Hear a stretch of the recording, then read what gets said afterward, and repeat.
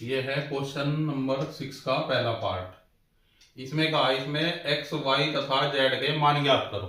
ठीक है, देखो बहुत आसान। भाई ये दिया इसने, ये अवयव बराबर इस अवयव के है। अब ये अवयव तभी तो होगा ना इसके बराबर, जब मतलब ये वाला अवयव इस वाले अवयव के बराबर होगा, और ये वाला अवयव इस वाले अवयव के बराबर, ये वाला अवयव इस वाले अवयव के बराबर, ये वाला देखो ये सही बराबर है नहीं। तो इन्हें क्या करनी है, हमें इनके अवयवों की तुलना करनी है। इसको कहेंगे इनकी संगत अवयवों की तुलना करने पर। तो इसमें ऐसे होगा, यानी कि एक्स कहाँ है, ये रहा यहाँ। एक्स इस कोने पे है तो इस कोने पे है, यानी क्या रखा इधर 1 रखा है, यानी कि एक्स का मान क्या आ जाएगा, यो 1 आ जाएगा। एक्स का मान तो क्या हो गया 1। फिर वाई देखो, वाई कहाँ है, यहाँ से इस कोने पे है, यानी इस कोने पे क्या है, दूसरे अवयव में ये 4 लिखा हुआ है, यानी कि वाई का मान कितना आ गया, 4 आ गया। वाई बराबर 4। फिर ये देख इसमें जेड, जेड कहाँ है, ये इस कोने पे है, यानी कि जेड किसके बराबर है, ये 3 के, यानी कि जेड का मान कितना हो गया, 3 हो गया। ये आंसर हो गया इसका। ठीक, बहुत आसान है नहीं। चलो फिर ये है सेकंड पार्ट इसका।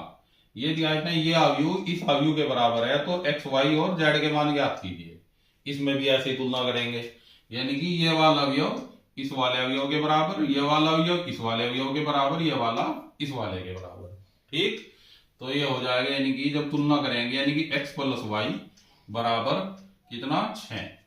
इसको भाई इससे कोई मान तो आए निकल के, ना x का मान ना y का मान है नहीं, तो इसे समीकरण नंबर 1 लिख लेंगे। चलो, ये और ये x इंटू वाई किसके बराबर है, ये 8 के है। x इंटू वाई बराबर 8, ये समीकरण नंबर 2 लिख दो। और ये 5 प्लस जेड 6 के बराबर है। 5 प्लस जेड बराबर किसके, वो 5 के बराबर, सॉरी। तो इससे जेड का मान आ जाएगा, अगर हम 5 को इधर भेज दे तो ये हो जाएगा, यानी कि जेड बराबर 5 माइनस के 5, 5 से 5 गया, यानी कि जेड का मान कितना हो गया, ये 0 हो गया। ठीक, चलो जेड हो गया। अब एक्स और वाई के मान रह गए, एक्स और वाई के मान कैसे आएंगे, ये जो समीकरण 1 और 2 है, इन दोनों को हल करके एक्स और वाई के मान ज्ञात करेंगे। अब इसके 2 तरीके हैं। ये तो भाई ऐसा करो, देखो इसमें क्या है, एक्स इंटू वाई बराबर 8 लिखा हुआ, यानी कि ऐसी 2 संख्याएं जिनका गुणनफल क्या हो 8 और उनका जोड़ कितना हो 6 हो। तो हम ऐसे देखेंगे, भाई ऐसी 2 संख्याएं जिनका गुणनफल 8 है, तो क्या होगी, वे 4 गुणी 8, यानी कि 4 गुणा 2। ये ऐसे करके, यानी कि 4 गुणा 2 बराबर क्या है 8, और ऐसे इनका योगफल कितना आ रहा है 6 आ रहा है, यानी कि x का मान कितना हो जाएगा 4, y का मान 2। या इसको हम ऐसे भी कर सकते हैं, भाई ये 4 गुणा 2 लिखा है, ये 2 गुणा 4 भी तो 8 ही होगा ना, ये ऐसे करके है नहीं, 2 गुणा 4 8, और 2 प्लस 4 भी क्या होगा 6 होगा, यानी कि ये इस वाली स्थिति में x का मान कितना हो जाएगा 4, y का मान 2, और इस वाली स्थिति में x का मान 2, y का मान 4। एक तरीका तो ये है। दूसरा तरीका यह है, ये जो समीकरण नंबर 1 है, इससे x का या y का मान निकाल के इसमें रखेंगे, उसके फैक्टर करेंगे, वो क्या नाम, वो मान इसमें रख के y का मान आ जाएगा। ठीक, तो तब x और y के मान ज्ञात हो जाएंगे। ठीक, चलो देखो जी, ऐसे करते हैं नहीं, समीकरण नंबर 1 से इससे y का मान निकाल लो, है नहीं, y बराबर आ जाएगा 6 माइनस एक्स। तो इसे कहां रखेंगे, समीकरण नंबर 2 में। समीकरण नंबर 2 में रखने पर, चलो जी रखो, तो इसमें रखेंगे y की जगह कितना रखना हमें 6 माइनस एक्स, तो ये x ऐसा कैसे ही, और जी y की जगह कितना रखना हमें 6 माइनस एक्स, और बराबर किसके 8 के हैं। अभी इस x की गुणा करेंगे अंदर, तो ये हो जाएगा 6x माइनस एक्स की x में करेंगे एक्स स्क्वायर, और बराबर 8। अब इनको सब इसे 8 को इधर ले आएंगे, और पहले इसे एक्स स्क्वायर लिख लो, है नहीं, माइनस एक्स स्क्वायर और प्लस 6x, और ये माइनस का 8 बराबर 0। भाई इसे माइनस एक्स स्क्वायर को पहले लिख लिया, प्लस का था 6x, ये लिखा, फिर ये 8 इधर लिया, माइनस हो गया। अब इसमें शुरू में माइनस है, तो इसके पूरी समीकरण के चिन्ह बदल देंगे, यानी कि इस एक्स स्क्वायर को प्लस का करेंगे। जब चिन्ह बदलेंगे कहीं का हो जाएगा प्लस का, यो माइनस और यो प्लस, और बराबर 0। अब इसके फैक्टर करेंगे, यदि वह समीकरण बन गई है नी, यानी कि 8 के टुकड़े जुड़ गए 6, क्या हो जाएंगे 4 दूनी 8 है नी। तो ये हो गया यानी कि एक्स स्क्वायर माइनस 4 प्लस के 2 इंटू एक्स प्लस 8 बराबर 0। तो इस एक्स की गुणा करेंगे और माइनस से चिन्ह बदल देंगे इनके, यानी कि एक्स स्क्वायर माइनस के 4x माइनस के 2x और प्लस के 8 बराबर 0। अब दो में इनमें कॉमन लेंगे, इनमें पहले 2 में कॉमन ले रहे हैं, बचेगा यानी कि x माइनस 4, इनमें माइनस 2 कॉमन आ जाएगा, ये बचेगा x माइनस के 4। तो माइनस लिया कॉमन तो ये चिन्ह भी बदलेगा, इसका ये प्लस है तो क्या हो जाएगा माइनस का, माइनस का ये प्लस हो गया। अब इन दोनों में x माइनस 4 कॉमन लेंगे, x माइनस 4, तो ये बचेगा x माइनस 2 बराबर 0। अब नंबर 1, यदि x माइनस 4 बराबर 0 है, नंबर 1 यदि x माइनस 4 बराबर 0, तब x बराबर क्या आ जाएगा 4। अब ये x का मान समीकरण 1 में रख देंगे, y का मान आ जाएगा है नी। तो x बराबर 4 समीकरण 1 में रखने पर, 1 में रख लो या 2 में रख लो, 2 ज्यादा आसान रहेगी, समीकरण 2 में रखने पर। लो जी रखो, देखो x का मान कितना हमें 4 रखना है नी, यानी कि 4 इंटू वाई बराबर 8, ऐसा हो जाएगा है नी। तो ये हो गया यानी कि 4 इंटू वाई बराबर 8। अब 4 से 8 कटेगा 2 बार, यानी कि y बराबर आ जाएगा हमारा ये 2। तो इसमें पहली कंडीशन में आंसर आ गया हमारा x बराबर कितना हो गया 4 और y बराबर कितना 2 और z बराबर हो गया हमारा, z तो वही है, z कितना है, z है 0, दोनों कंडीशन में z 0 ही रहेगा है नी। तो z का मान 0, क्योंकि z का तो बस एक ही मान है ये।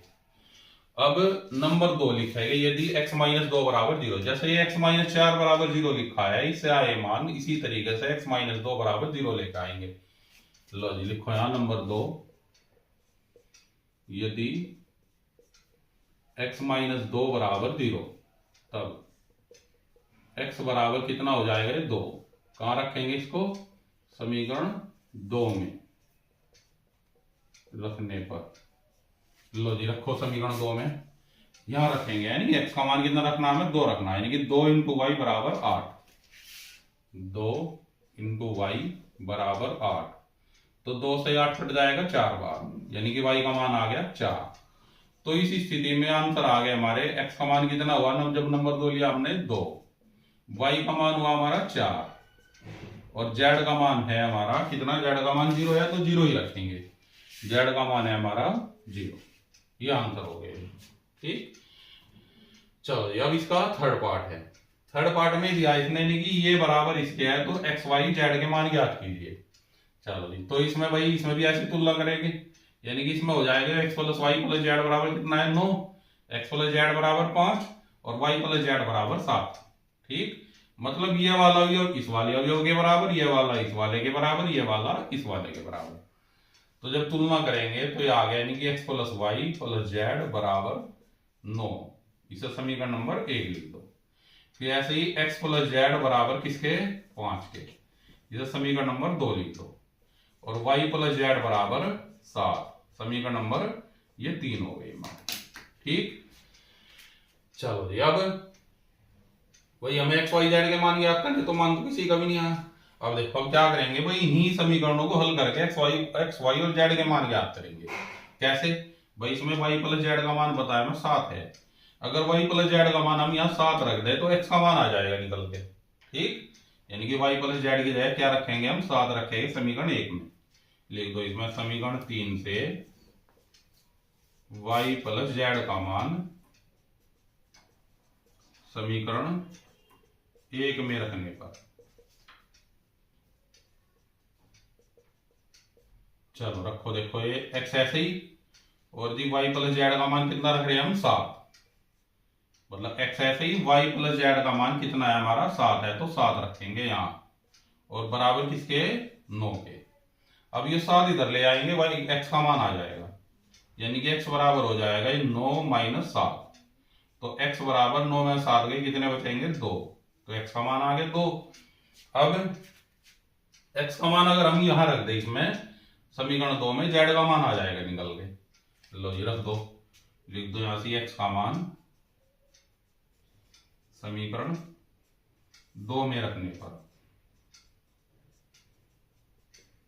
रखो तो 2 प्लस जेड बराबर कितना 5। तो 2 को इधर ले आएंगे तो ये हो जाएगा हमारा, बस 2 इधर लाएंगे तो जेड बराबर हो जाएगा 5 माइनस 2, यानी कि जेड बराबर आ गया 3। भाई जेड का मान आ गया 3। अब जेड का मान समीकरण 3 में रख देंगे, वाई का मान आ जाएगा तो ये हो जाएगा, यानी कि जेड का मान समीकरण 3 में रखने पर रखो 3 में, यानी कि y प्लस जेड का मान कितना रखना हमें 3 बराबर 7। तो y बराबर 7 और माइनस 3, y बराबर आ जाएगा, यानी 7 में 3 गए 4, y का मान 4 हो गया। तो आंसर आ गए हमारे, यानी कि x का मान तो कितना आया 2, y का मान 4 और z का मान कितना 3। ये आंसर हो गई। ठीक है, वीडियो अच्छी लगी हो शेयर करो, सब्सक्राइब करो और लाइक करो। कोई समझ में ना आई हो बात कमेंट करो।